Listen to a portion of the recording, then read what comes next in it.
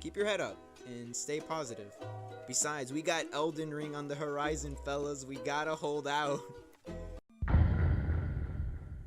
See, told y'all it was just on the horizon. Welcome, dear viewer. This is Derpy, and very glad to see you on this game finally. Only took about forever, but now that we're here, I do want to discuss a pretty important topic, at least in my opinion, that we should all keep in mind. Considering the launch of Dark Souls 3 back in 2016, I think we can learn a little bit from that type of time period.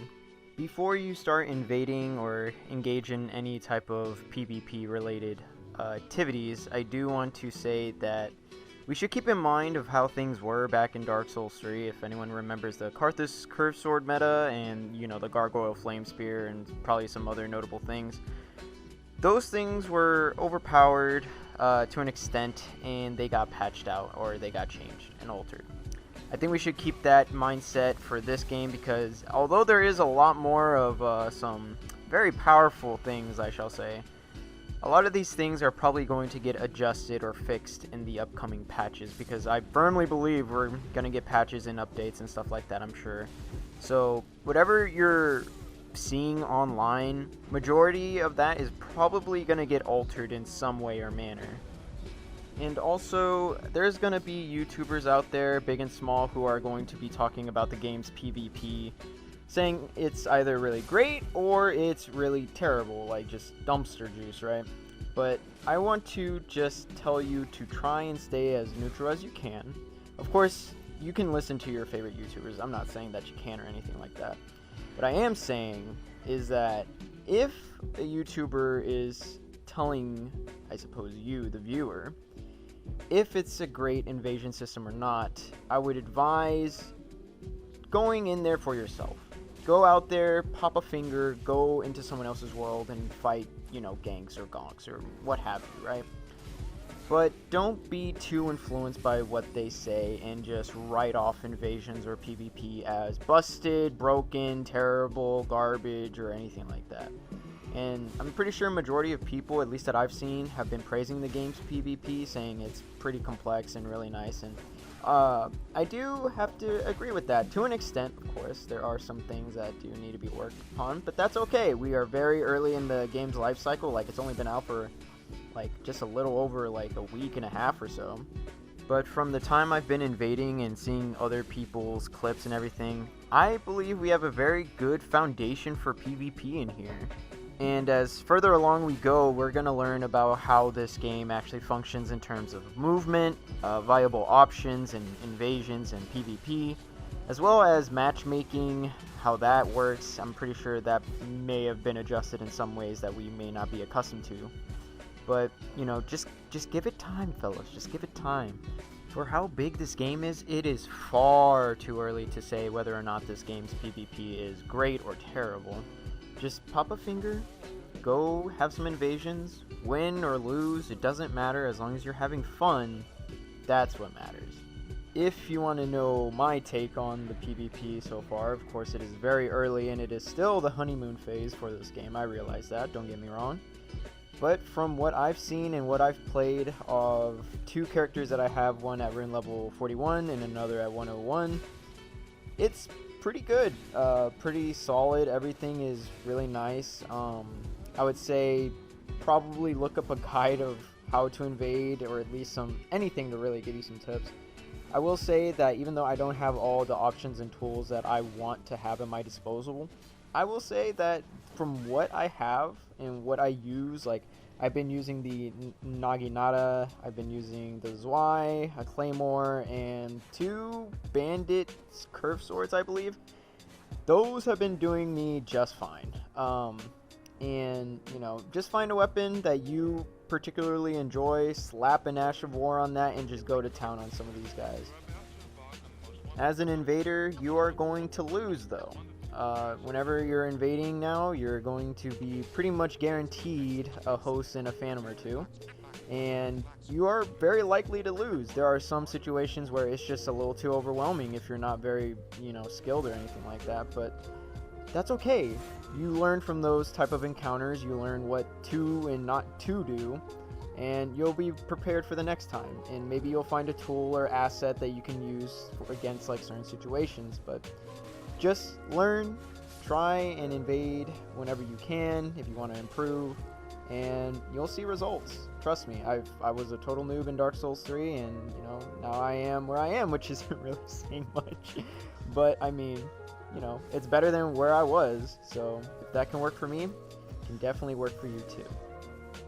Once we finally learn about the game's mechanics, like for instance poise, it seems like we have passive poise just like Dark Souls 1, but we also have some hyper armor on some attacks.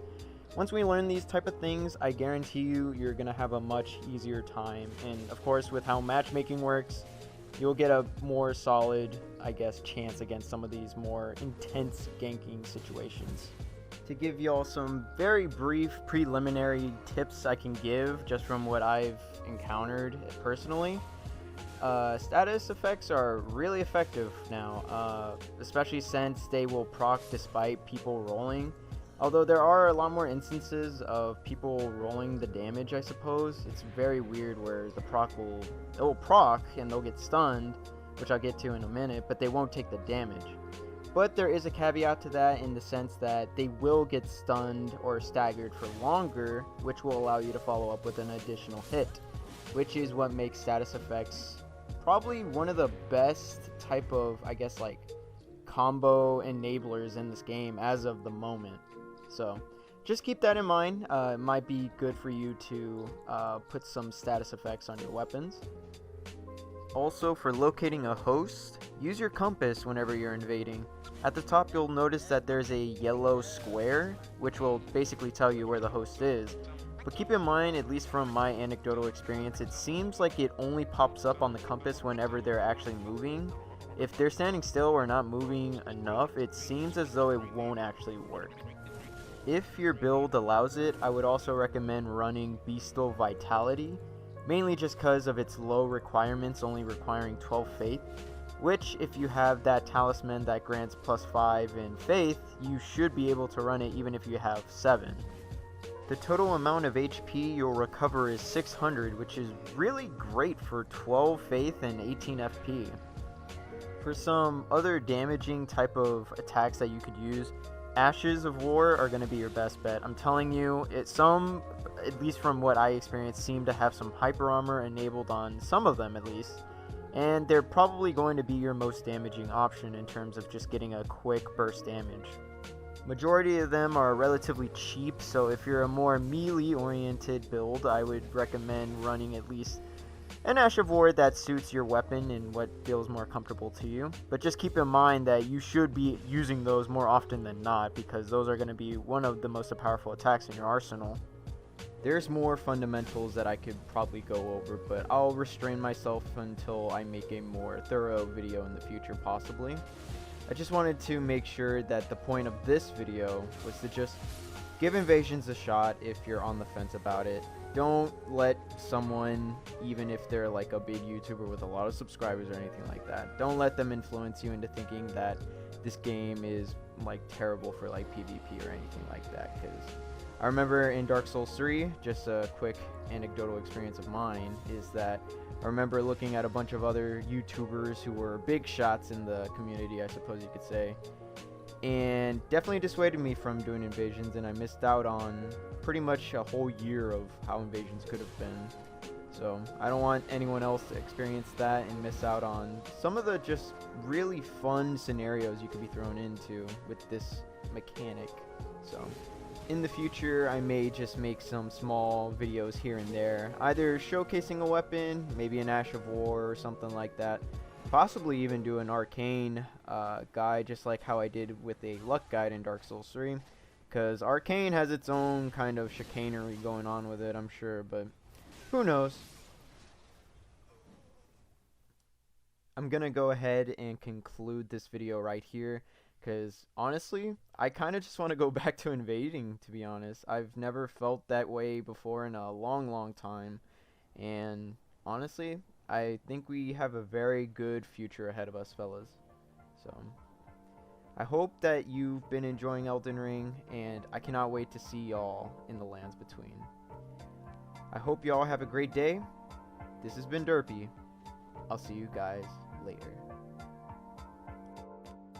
What side you on? You want to live us right here. Don't look any further while your vision is clear. A lot of fog in the mist trying to throw you a curve. All these rapping thugs getting on my last damn nerve. You eat the same piece of cake day in and day out. A tired ass flavor gets played out.